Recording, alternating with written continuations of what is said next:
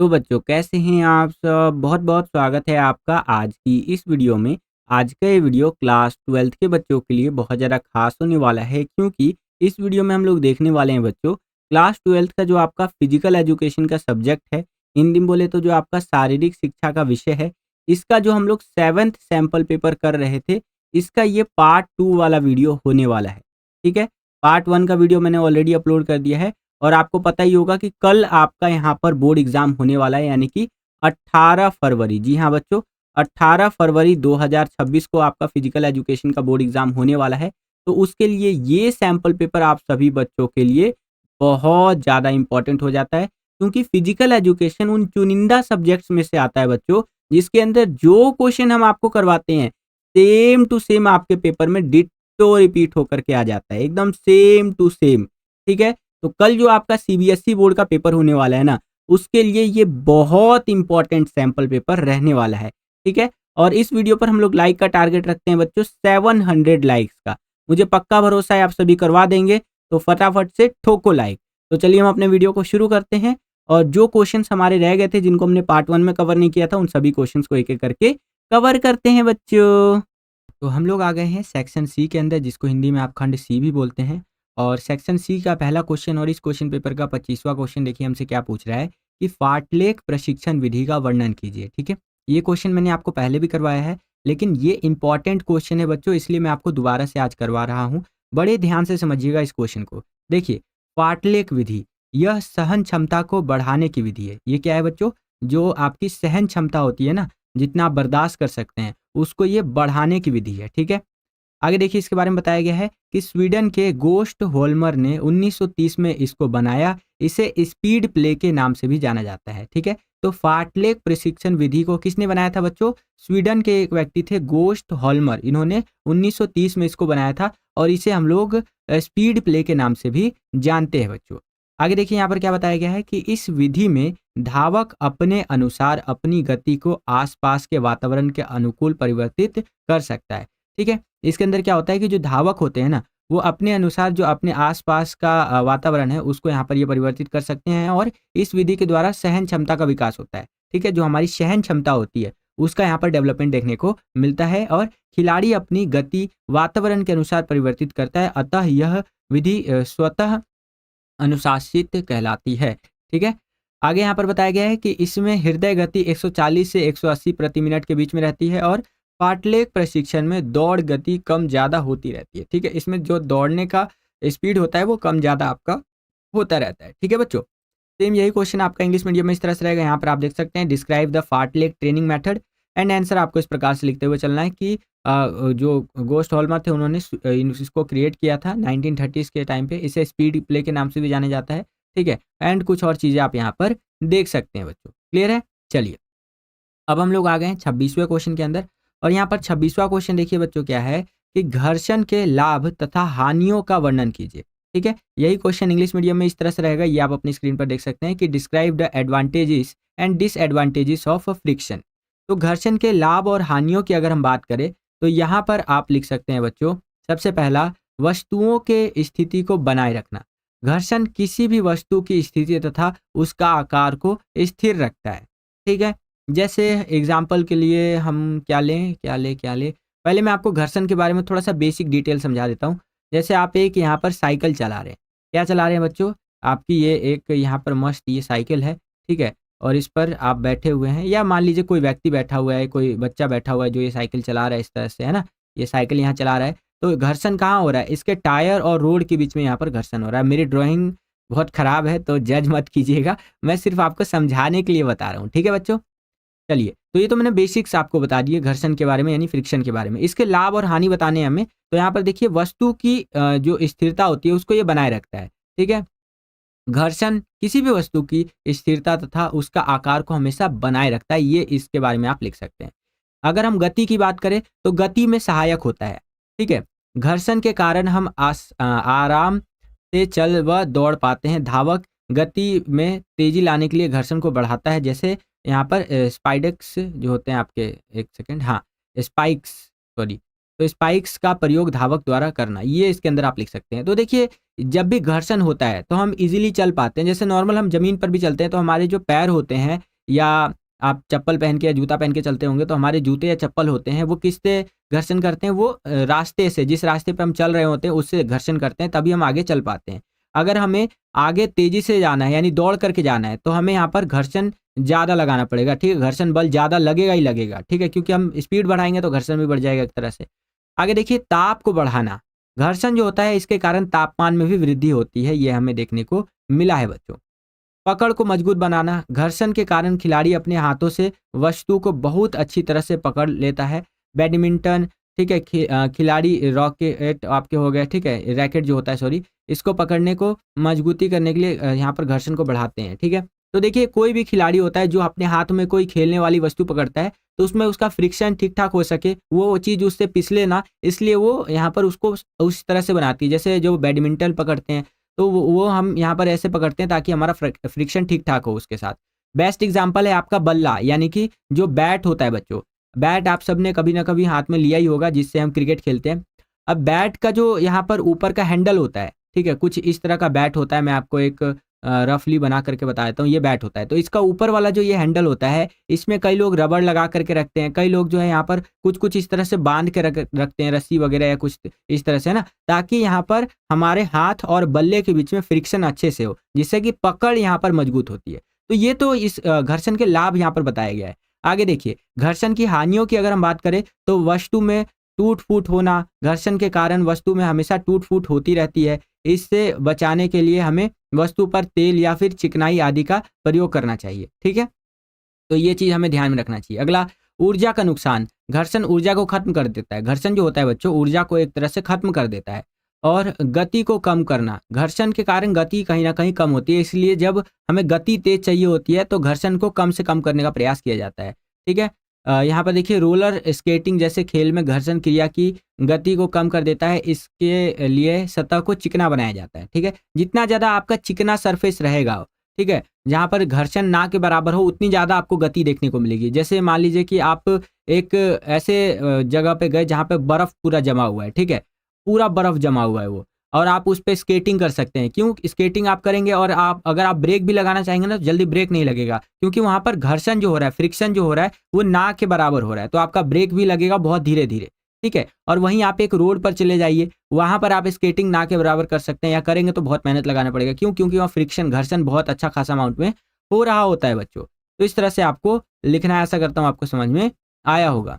Same यही question आपका English medium में कुछ इस तरह से रहेगा। यहाँ पर आप देख सकते हैं कि describe the advantages and disadvantages of friction, ठीक है? तो अगर एडवांटेजेस की बात करें तो आप लिख सकते हैं maintaining the position of the object, ठीक है? तो ये आप लिख सकते हैं। अगला, हेल्प इन स्पीड, ठीक है? या helping in speed, increase the temperature, ये हमें देखने को मिलता है। एंड अगला आप लिख सकते हैं हमारी ग्रिप को जो है ये और स्ट्रेंथफुल बनाता है, ठीक है? स्ट्रेंथनिंग बनाता है।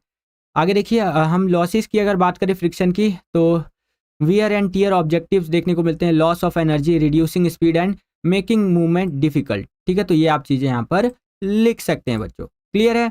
चलिए, वीडियो में आगे बढ़ने से पहले एक इम्पॉर्टेंट इन्फॉर्मेशन है बच्चों, तो बड़े ध्यान से समझिएगा।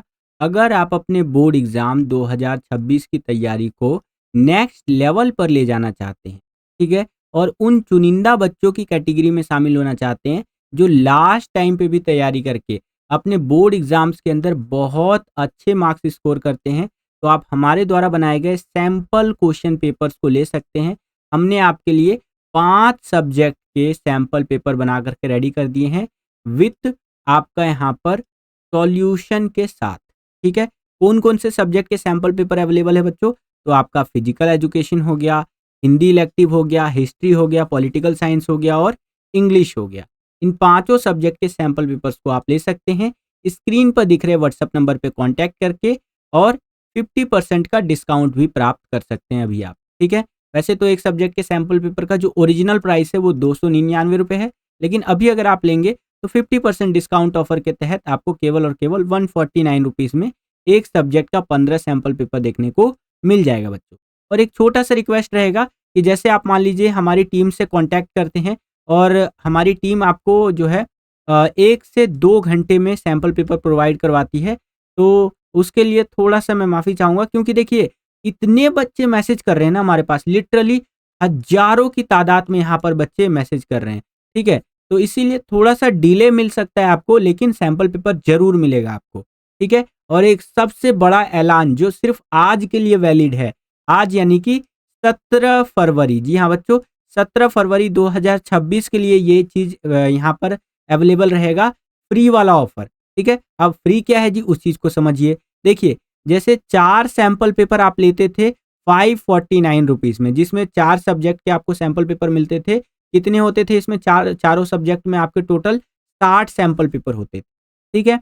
तो आज अगर, केवल आज के लिए याद रखिएगा, 4 सब्जेक्ट के लिए आप यहाँ पर 549 रुपीज़ देते हैं, तो उसके साथ 1 सब्जेक्ट का आपको बिल्कुल मिलेगा फ्री, ठीक है? यानी कि पैसा आपने 4 सब्जेक्ट के लिए दिया, लेकिन कॉम्बो ऑफर के तहत आपको 1 सब्जेक्ट का बिल्कुल फ्री में सैंपल पेपर देखने को मिलेगा।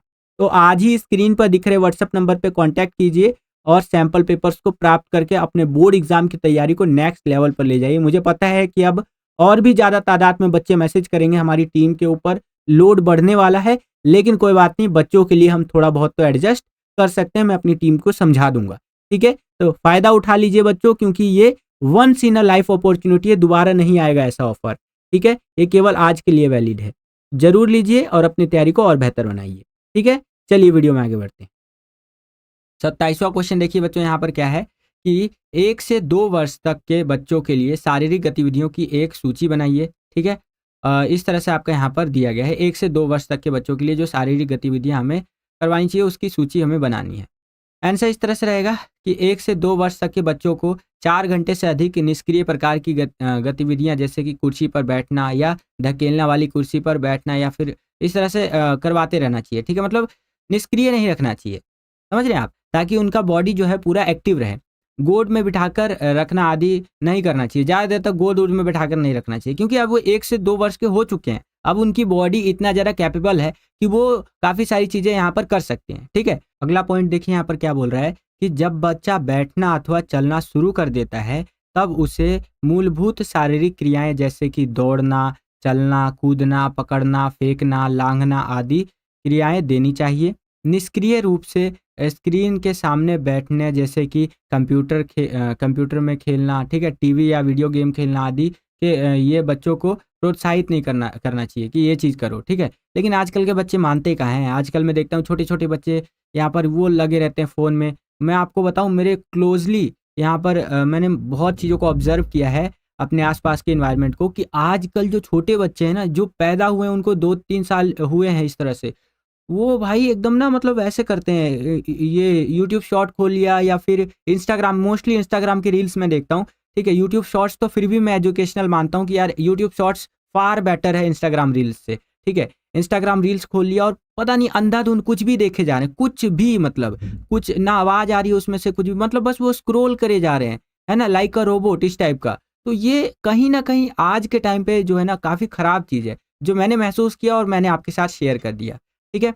चलिए, तो यहाँ पर देखिए क्या बताया गया था कि बच्चों को ज़्यादा से ज़्यादा फिजिकल एक्टिविटी में इन्वॉल्व रखना चाहिए, चाहे वो दौड़ना हो, चलना हो, कूदना-फांदना हो, इस तरह से, ताकि उसका यहाँ पर ओवरऑल ग्रोथ हो सके। क्योंकि ह्यूमन बॉडी का ऐसे ही ग्रोथ सही रहता है, ना कि उसे टीवी के सामने वीडियो गेम्स देना चाहिए कि टीवी के सामने बैठ जाओ, ये टीवी देखते रहो, वीडियो गेम खेलते रहो, कंप्यूटर के सामने बैठ जाओ, कंप्यूटर चलाते रहो। इस चीज़ के लिए ज़्यादा मोटिवेट उसे नहीं करना चाहिए, क्योंकि अभी उसके डेवलपमेंट का स्टेज है। अभी ये नहीं कि पूरा वो 18 साल का एकदम मैच्योर हो चुका है, नहीं, अभी तो डेवलपमेंट शुरू हुआ है, उसका जीवन जस्ट अभी शुरू हुआ है, ठीक है? आगे देखिए, बच्चे को किताब पढ़ना और कहानी सुनना आदि के लिए 1 घंटे से ज़्यादा का समय नहीं देना चाहिए। बच्चों को 11 से 14 घंटे की पर्याप्त नींद जो है वो मिलनी चाहिए। जो बच्चा 1 से 2 वर्ष का होता है, उसे यहाँ पर इस तरह से कह सकते हैं आप कि ज़्यादा देर तक अ, किताब पढ़ना और कहानी सुनना आदि ये नहीं देखना चाहिए, 1 घंटा बहुत ज़्यादा है, ठीक है?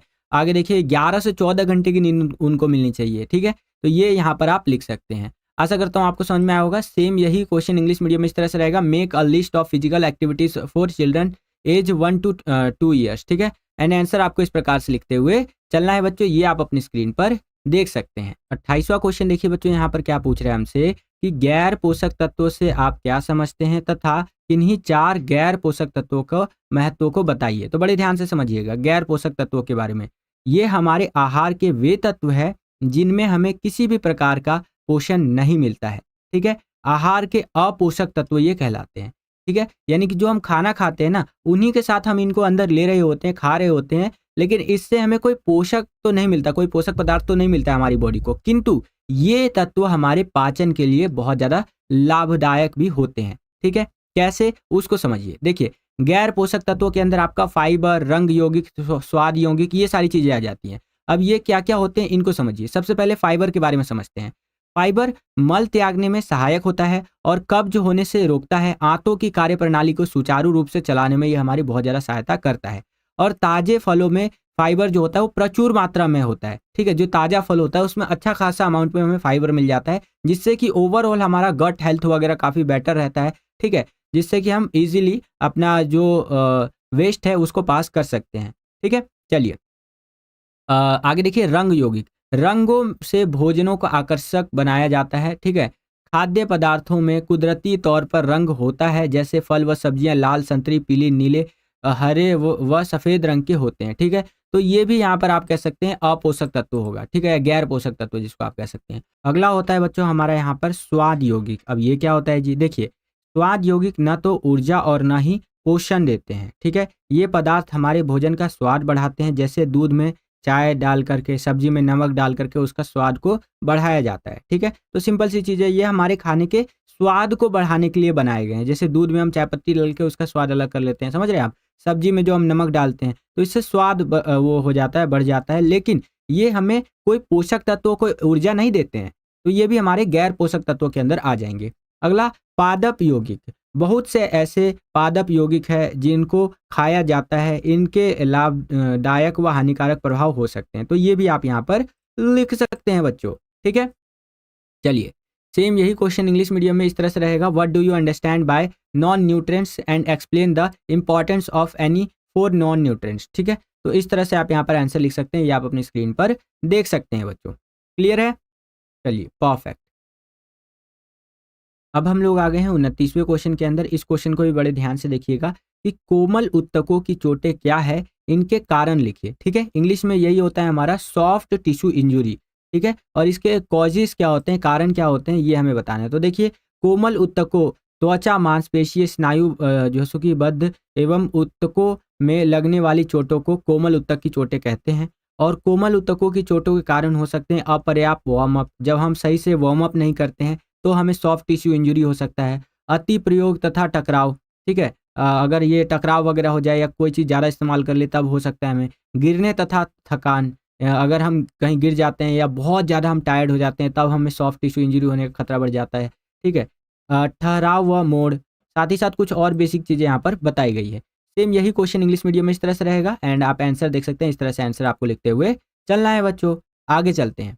अब हम लोग आ गए हैं 30वें क्वेश्चन के अंदर, जो कि हमारा बहुत ज़्यादा इंपॉर्टेंट क्वेश्चन है। ठीक है, इसके बारे में मैंने आपसे अभी डिस्कस भी किया था लास्ट जो सैंपल पेपर मैंने आपको सॉल्व करवाया था उसके अंदर, कि लड़कों के लिए पुशअप्स का वर्णन कीजिए। ठीक है, तो देखिए, लड़कों के लिए पुशअप्स मापन ऊपरी शरीर की ताकत और सहन शक्ति और ट्रैक स्थिति होती है। ठीक है, ये जो क्रिया की जाती है, पुशअप्स किए जाते हैं, इससे क्या होता है कि इससे हम मापते हैं कि भैया हमारा यहाँ पर ऊपरी शरीर का ताकत कितना है, सहन शक्ति कितनी है, ट्रैक स्थिरता कैसी है, ये सारी चीज़ों को मापते हैं। इसके लिए क्या क्या ज़रूरत वाले उपकरण चाहिए होते हैं या आवश्यक उपकरण चाहिए होते हैं। तो सपाट, साफ, गद्दीदार सतह होना चाहिए और जिम मैट या योगा मैट होना चाहिए।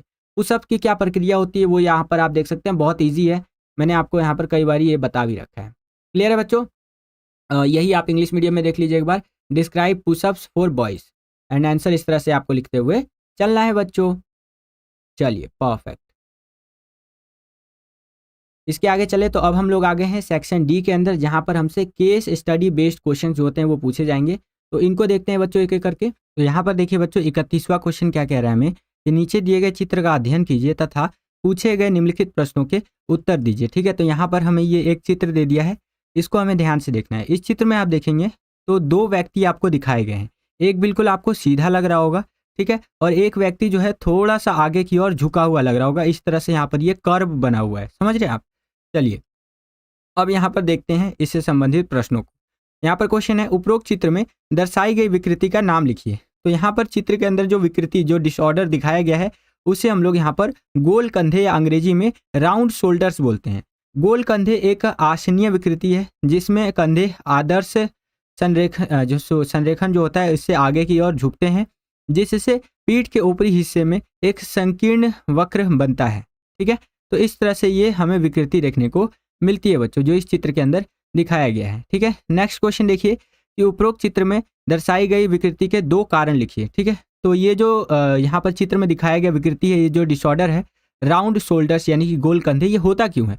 तो देखिए यह खराब मुद्रा की आदतों से होता है। ठीक है, अगर हम गलत पोस्चर में बैठते हैं या फिर खराब मुद्रा में रहते हैं ना, आनुवांशिक रूप से भी हो सकता है ये, मांसपेशियों के असंतुलन तथा फिटिंग वाले कपड़े पहनने से हो सकता है ये। ठीक है, इस तरह से और भी कुछ चीज़ें यहाँ पर दिखाई गई है, जैसे कंप्यूटर टेबल पे खराब मुद्रा में बैठने से, और भी बहुत सारी चीज़ें आप यहाँ पे लिख सकते हैं। ठीक है, नेक्स्ट क्वेश्चन, उपरोक्त चित्र में दर्शाई गई विकृति के सुधारात्मक उपाय लिखिए। ठीक है, तो सुधारात्मक उपायों की बात करें तो चेस्ट स्ट्रेच हो जाएगा आपका, टी स्ट्रेच हो जाएगा, वॉल स्ट्रेच हो जाएगा। ठीक है, और डेक्लेप स्ट्रेच हो जाएगा, और यहाँ पर लैप्स हो जाएगा। तो इस तरह से रहेगा आपका। नेक्स्ट, उपरोक्त चित्र में दर्शाई गई विकृति के लिए सुझाए गए आसन जो है वो लिखने हैं। तो देखिए यहाँ पर जो आपको ये दिखाई गया है, ये डिसऑर्डर हमें दिखाया गया है, तो इसको यहाँ पर अगर हमें सुधारना है, ठीक है, या इसको ठीक करना है, तो इसके लिए हम क्या क्या आसन कर सकते हैं? तो इसके लिए हम यहाँ पर चक्रासन कर सकते हैं, धनुषासन कर सकते हैं, ये कुछ योगा के आसन है बच्चों। सेम यही क्वेश्चन इंग्लिश मीडियम में इस तरह से रहेगा। यहाँ पर आप देख सकते हैं, ये हमारा पूरा का पूरा इमेज दिया गया है, इसके बेसिस पर देख सकते हैं इस तरह से क्वेश्चन पूछे गए हैं, और आंसर आपको इस प्रकार से लिखते हुए चलना है बच्चों। ये आप अपनी स्क्रीन पर देख सकते हैं। क्लियर है? चलिए अब हम लोग आ गए हैं 32वें क्वेश्चन के अंदर। 32वां क्वेश्चन देखिए बच्चों, यहाँ पर क्या है कि नीचे दिए गए चित्र का अध्ययन कीजिए और पूछे गए प्रश्नों के उत्तर लिखिए। तो यहाँ पर भी हमें एक चित्र दे दिया है, जहाँ पर एक भैया जी है, आप देख सकते हैं, जो एक हाथ से अपना एक नाक का जो ये है नथना, इसको बंद कर रहे हैं, और दूसरा हाथ से इस तरह से यहाँ पर जैसे हम योग की स्थिति में बैठते हैं ना, उस टाइप से ये भैया जी बैठे हुए हैं। ठीक है, अब यहाँ पर देखिए क्वेश्चन क्या पूछ रहा है कि उपरोक्त चित्र में दर्शाए गए योगासन का नाम लिखिए। यहाँ पर जो योगा का आसन किया जा रहा है, ये कौन सा योगा का आसन है बच्चों? तो इसे हम लोग कहते हैं अनुलोम विलोम। ठीक है, आपने फिल्मों में अक्सर ये सुना होगा कहीं ना कहीं डायलॉग कि अरे भैया जी बहुत गुस्सा हो गए हैं, थोड़ा अनुलोम विलोम किया कीजिए, है कि नहीं, जिससे कि आपका गुस्सा कंट्रोल रहे। तो यहाँ से तो हमें फिल्मों से ही पता चल जाता है कि अनुलोम विलोम ये योगा का आसन होता है, जिससे हम यहाँ पर क्या करते हैं, अपने गुस्से को कंट्रोल करते हैं। पहले जब मैं मूवी देखा करना था, जब मेरे को योगा के बारे में उतनी नॉलेज नहीं थी, तब मेरे को लगता था अरे ये क्या है, लेकिन जब मैं पढ़ाता हूँ आपको, तब मैं इन चीज़ों को रिलेट करता हूँ कि अरे हाँ यार, ये ऐसा भी होता है, ये चीज़ वहाँ पे बोली गई थी। ठीक है, तो देखिए जब भी कोई नॉलेज आप लेते हैं तो कभी भी वेस्ट नहीं जाता है। किसी महान व्यक्ति ने कहा है, जीवन में कभी ना कभी वो काम में आ ही जाता है आपका। दूसरा यहाँ पर देखिए क्वेश्चन क्या है, उपरोक्त चित्र में दर्शाए गए योगासन का अर्थ लिखिए। तो इसका अर्थ समझिए, अनुलोम विलोम नासिक के द्वारा किए जाने वाला आसन है, और यह आसन अत्यंत गुणकारी व्यायाम है। प्राचीन समय में ऋषि मुनि अनुलोम विलोम प्राणायाम अभ्यास के द्वारा अपनी कुंडलिनी जो है शक्तियां जागृत करते थे, और अनुलोम विलोम प्राणायाम के निरंतर अभ्यास से ध्यान करने की शक्ति का अद्भुत विकास यहाँ पर होता है बच्चों। ठीक है, तो यहाँ पर ये आप लिख सकते हैं। और इसके अगर हम बात करें ये योगासन के लाभों की, तो इससे यहाँ पर हमें ये लाभ मिलता है कि नाड़ियों की शुद्धि होती है, या शुद्ध होता है आप कह सकते हैं, इसलिए इसे नाड़ी शुद्धि प्राणायाम भी कहा जाता है। तो अगर आपसे ये पूछ ले कि नाड़ी शुद्धि प्राणायाम से क्या अभिप्राय है, तो आप समझ जाइएगा कि अनुलोम विलोम की यहाँ पर बात कर रहा है बच्चों। इस प्राणायाम से हृदय को शक्ति मिलती है, साथ ही कोलेस्ट्रॉल नियंत्रित रहता है। ठीक है, प्राणायाम के कारण शुद्ध रक्त शरीर के सभी अंगों में जाकर पोषण देता है। ठीक है, तो इस तरह से यहाँ पर कुछ बातें बताई गई हैं। आगे चलिए बच्चों, यहाँ पर 4th क्वेश्चन देखिए कि उपरोक्त चित्र में दर्शाए गए योगासन के 2 सावधानियां लिखिए। यहाँ पर जो ये योगा का आसन है, इसकी अगर हम सावधानियों की बात करें तो आप लिख सकते हैं कि सांस लेने व छोड़ने की प्रक्रिया में आवाज नहीं होनी चाहिए। ठीक है, और कमजोर एवं अनीमिया पीड़ित, जिसको अनीमिया होता है, व्यक्ति को यह आसन करते वक्त दिक्कत होती है। ठीक है, तो ये आप यहाँ पर लिख सकते हैं इसकी सावधानियों के अंदर बच्चों। ठीक है, सेम यही आपका इंग्लिश मीडियम में इस तरह से रहेगा। यहाँ पर आप देख सकते हैं कि study the picture given below and answer the following questions asked. ठीक है, तो ये हमारा पिक्चर दिया गया है, ये आप अपनी स्क्रीन पर देख सकते हैं, और इसके बेसिस पर ये रहे आपके सामने क्वेश्चंस, और आंसर आप यहाँ पर देख सकते हैं बच्चों। ठीक है, चलिए परफेक्ट, ओके। तो अब हम लोग आ गए हैं 33वें क्वेश्चन के अंदर। ये भी हमारा उसी की तरह रहने वाला है, और ये चेयर स्टैंड टेस्ट जो होता है ना आपका, ये उसके ऊपर रहेगा। ठीक है, जो कि वरिष्ठ नागरिकों के लिए किया जाता है। यहाँ पर आप देख सकते हैं 2 अंकल जी है, जो कि मतलब अंकल जी तो एक ही है, दो स्थिति में है यहाँ पर ये। एक में ये बैठे हुए हैं इस तरह से अपने हाथों को कर करके, और एक में ये थोड़े से ऊपर है, खड़े की ओर है, और ऐसे ये हाथों को अपना कर रखे हैं। अब आपने ये चित्र देख लिया, इसके आधार पर देखिए हमसे क्वेश्चन क्या पूछ रहा है कि उपरोक्त चित्र में दर्शाए गए टेस्ट का नाम लिखिए। तो यहाँ पर जो टेस्ट है बच्चों, इसे 30 सेकेंड चेयर स्टैंड टेस्ट कहते हैं। नेक्स्ट क्वेश्चन, उपरोक्त चित्र में दर्शाए गए टेस्ट का उद्देश्य लिखिए। तो ये जो टेस्ट दिखाया गया है इसका उद्देश्य क्या है? तो इसका उद्देश्य होता है बच्चों, यहाँ पर देख सकते हैं कि शरीर की निचली शक्ति का निर्धारण करना और 30 सेकेंड में अधिकतम स्टैंड पूरा करना। ठीक है। नेक्स्ट क्वेश्चन, उपरोक्त चित्र में दर्शाए गए टेस्ट के लिए आवश्यक सामग्री लिखिए। तो यहाँ पर बिना हथियों के सीधी पीठ वाली कुर्सी चाहिए। ऐसी कुर्सी जिसके ऊपर ना ये हाथ रखने वाला नहीं होता है, कुर्सियों में आपने देखा होगा जिस पर हाथ को रखने वाला होता है, तो वो नहीं होना चाहिए, सीधा खाली कुर्सी होना चाहिए। ठीक है। और आपको स्टॉप वॉच चाहिए। तो इस तरह से यहाँ पर किया जा सकता है। नेक्स्ट क्वेश्चन, कि उपरोक्त चित्र में दर्शाए गए टेस्ट की प्रक्रिया लिखिए। इस टेस्ट की प्रक्रिया क्या होती है? तो कुर्सी को दीवार के सहारे या ऐसी जगह पर रखा जाना चाहिए जहां वह स्थिर हो जाए। प्रारंभ में व्यक्ति कुर्सी पर बैठेगा, पीठ सीधी, हाथ क्रॉस किए हुए और कंधे की चौड़ाई से अलग फर्श पर मजबूती से आओ आदेश पर व्यक्ति पूरी तरह से खड़ा हो जाएगा, फिर प्रारंभिक स्थिति में वापस आ जाएगा। इसे एक स्टैंड के रूप में गिना जाएगा। व्यक्ति को 30 सेकंड में अधिकतम स्टैंड करने के लिए प्रेरित किया जाना चाहिए। ठीक है। और बाकी यहाँ पर कुछ और चीज़ें दी गई है, ये आप अपनी स्क्रीन पर देख सकते हैं। चलिए, यही इंग्लिश मीडियम में आप यहाँ पर देख लीजिए, इस तरह से रहेगा आपका। और ये क्वेश्चन रहे, ये आंसर्स आप देख सकते हैं यहाँ पर। ठीक है बच्चों, चलिए परफेक्ट। अब हम लोग आ गए हैं सेक्शन ई के अंदर, जिसे हिंदी में हम खंड ई भी कहते हैं। यहाँ पर हमसे बड़े बड़े क्वेश्चंस पूछे जाएंगे, तो इसको भी देख लेते हैं बच्चों। देखिए, निरंतर विधि तथा इंटरवल अंतराल विधि में अंतर स्पष्ट कीजिए तथा इसके लाभ भी बताइए। जो निरंतर विधि होता है और यहाँ पर इंटरवल यानी अंतराल विधि होता है, इसके बारे में बताना है और इसके लाभों को बताना है। इंग्लिश मीडियम में भी देख लीजिए, explain the difference between continuous method and interval method and tell their advantages. Answer इस तरह से लिखेंगे, पहले हम निरंतर प्रशिक्षण विधि के बारे में बता देंगे कि इस तरह के व्यायामों को लंबे समय तक बिना रुके किया जा सकता है। जैसे कि नाम से ही हमें पता चल रहा है, निरंतर प्रशिक्षण विधि यानी कि कंटिन्यू करते रहना है। ठीक है। और इसीलिए इनमें कार्य करने की प्रबलता कम होती है। खिलाड़ी की हृदय गति व्यायामों के दौरान 140 से 160 प्रति मिनट होनी चाहिए। व्यायाम करने की अवधि 30 मिनट से अधिक होनी चाहिए और इसमें दौड़ना, पैदल चलना, साइकिल चलाना और क्रॉस कटी दौड़ जो है वो शामिल होता है। आगे देखिए, निरंतर प्रशिक्षण विधि के ये लाभ यहाँ पर बताए गए हैं। जैसे थकावट होने के बावजूद कार्य करने की इच्छा तथा शक्ति में बढ़ोतरी होती है। इसमें हम कंटिन्यू काम करते रहते हैं, इससे हमें थकावट तो होता है, लेकिन फिर भी हमारे अंदर मन में आता है कि यार और ज़्यादा जो है हमें यहाँ पर करना चाहिए। मांसपेशियों में लाल रक्त कण आरबीसी जो होता है, रेड ब्लड सेल्स, इसकी मात्रा में वृद्धि होती है और ये जब बढ़ जाता है मांसपेशियों के अंदर, मसल्स के अंदर, तो हमारे यहाँ पर ओवरऑल स्ट्रेंथ बढ़ जाता है बच्चों। ठीक है। हृदय तथा फेफड़ों की कार्य कुशलता सकारात्मक रूप से बढ़ जाती है और मांसपेशियों तथा लीवर में ग्लाइकोजन की भंडारण की क्षमता बढ़ जाती है और खिलाड़ियों में आत्म अनुशासन, सेल्फ डिसिप्लिन व आत्मविश्वास बढ़ने लगता है। ठीक है। तो इस तरह से आप लिख सकते हैं। इसके आगे हमारा इंटरवल, ठीक है, यानी कि अंतराल प्रशिक्षण विधि के बारे में बताया गया है। यह विधि धवकों की सहन क्षमता, ठीक है, विकसित करने के लिए बहुत प्रभावशील है या प्रभावशाली है। बार बार दौड़ के बीच धावक को अंतराल दिया जाता है जिसमें कि वह पूरी तरह पूर्ण लाभ प्राप्त नहीं करते। ठीक है। इसमें हृदय गति 180 तक पहुंच जाती है तथा जब यह 120 तक वापस आ जाए तो वह दोबारा उस कार्य को करता है। धावकों की हृदय गति को जांचने के बाद ही प्रशिक्षण भार दिया जाना चाहिए। इसमें मध्यम दूरी की दौड़ और जैसे कि फुटबॉल तथा हॉकी शामिल होते हैं। ठीक है। बात करें अगर इसके लाभों की, तो खिलाड़ी कम समय में अधिक कार्य करने के योग्य बन जाता है। श्वसन तंत्र तथा रक्त संचार के लिए लाभदायक होता है। और भी कुछ यहाँ पर दे रखे हैं, ये आप देख सकते हैं। वीडियो को पॉज करके यहाँ पर रीड भी आप कर सकते हैं बच्चों। ठीक है। चलिए, सेम यही क्वेश्चन इंग्लिश मीडियम में इस तरह से रहेगा और आंसर आपको इस प्रकार से लिखते हुए चलना है। बहुत सारे बच्चे ना ये सोचते होंगे कि सर आंसर इतना डिटेल में क्यों देते हैं, तो मैं आपको डिटेल में आंसर इसलिए बता देता हूँ बच्चों कि अगर यहाँ पर मान लीजिए 5 पॉइंट पूछा है, मैंने आपको 8 या 10 पॉइंट बता दिया, तो एटलीस्ट आपको 5-6 तो इजीली याद रह ही जाएगा। समझ रहे हैं। तो जब आप पेपर देने बैठेंगे, अपना बोर्ड एग्जाम देने बैठेंगे, तो इजीली आप जो है वो आपके माइंड में आएगा और आप यहाँ पर लिख पाएंगे कि हाँ सर के सैम्पल पेपर में हमने ये क्वेश्चन किए थे और अब हम इजीली यहाँ पर इसको अटेम्प्ट कर पा रहे हैं। ठीक है बच्चों। चलिए, अब हम लोग आ गए हैं 35वें क्वेश्चन के अंदर। यहाँ पर देखिए क्या बोला जा रहा है कि पैरालंपिक गेम्स का वर्णन कीजिए। ठीक है। तो इसको समझिए बच्चों। पैरालंपिक गेम एक प्रमुख अंतर्राष्ट्रीय बहु खेल प्रतियोगिता है जिसमें विभिन्न प्रकार की विकलांगता से ग्रस्त व्यक्ति भाग लेते हैं। ठीक है, एक अंतर्राष्ट्रीय लेवल का ये गेम होता है जिसके अंदर अलग अलग तरह के जो विकलांग व्यक्ति होते हैं वो इसके अंदर पार्टिसिपेट करते हैं। विकलांग व्यक्तियों को हम लोग यहाँ पर दिव्यांग व्यक्ति भी कह सकते हैं और लिख भी सकते हैं। आगे देखिए, अंतर्राष्ट्रीय ओलंपिक समिति जिसे हम IOC कहते हैं, इसके अंतर्गत यह खेल हर 4 साल में आयोजित किए जाते हैं। ठीक है, कितने साल में आयोजित किए जाते हैं बच्चों? 4 साल में।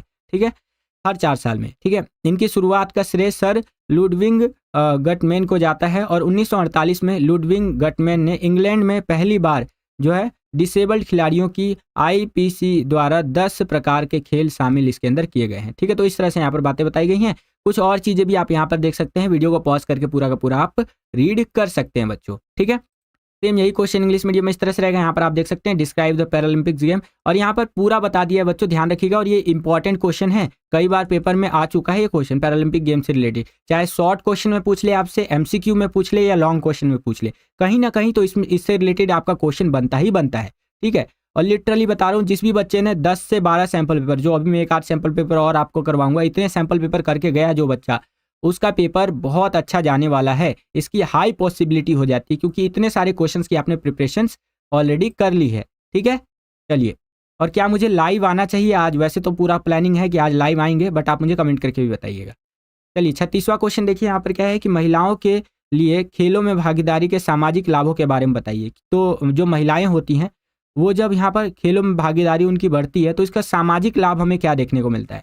तो आंसर आप इस प्रकार से लिखेंगे कि समन्वय कौशल में वृद्धि होता है।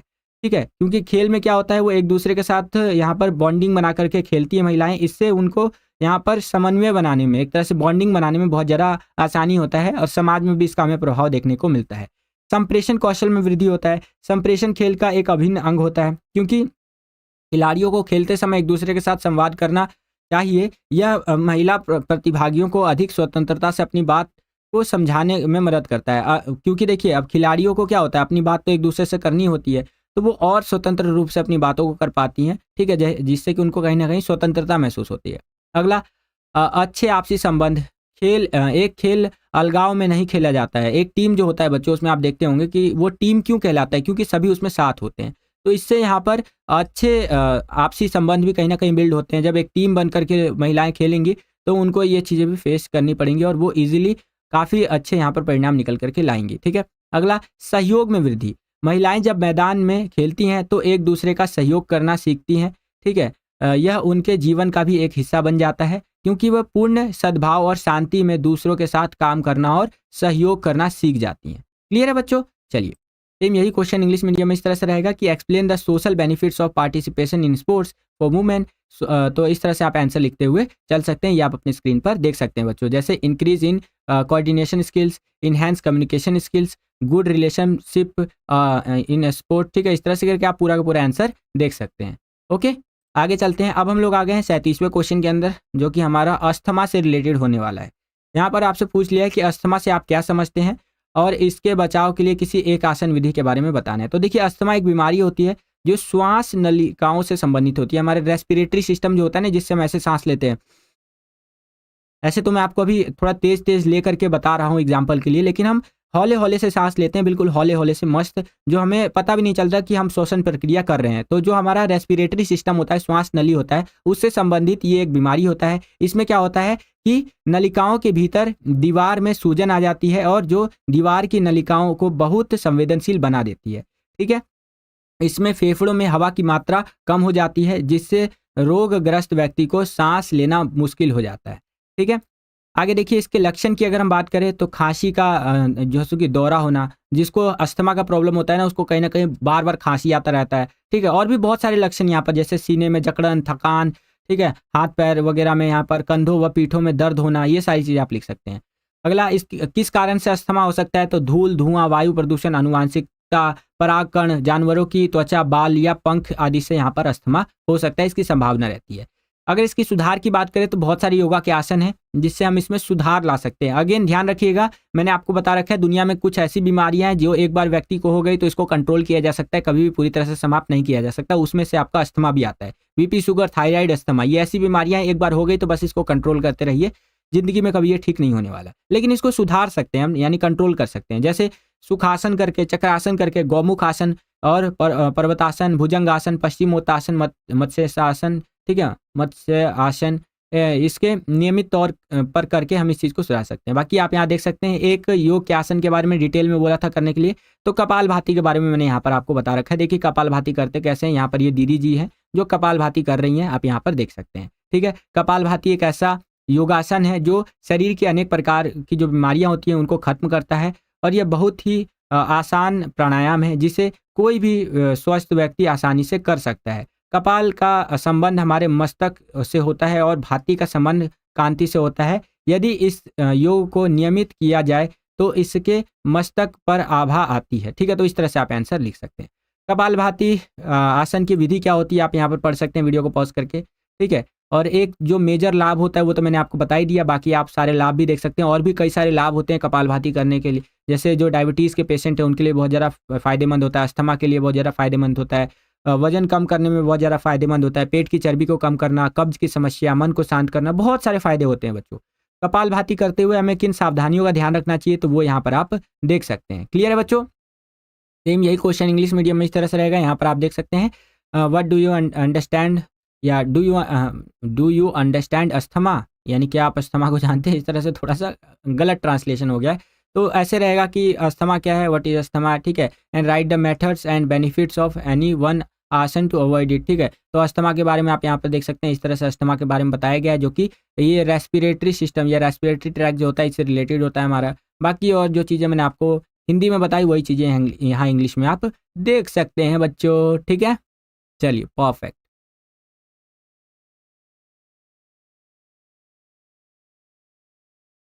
तो बस बच्चों यही था आज का ये वीडियो। आशा करता हूँ आपको ये वीडियो पसंद आया होगा।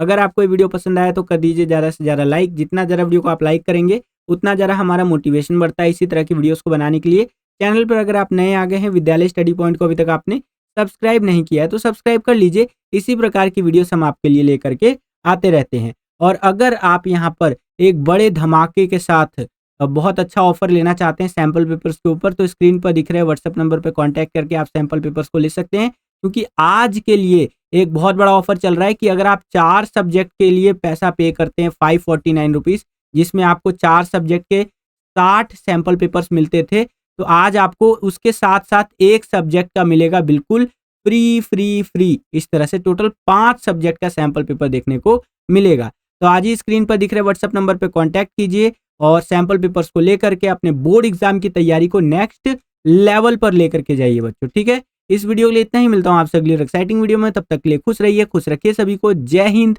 वंदे मातरम।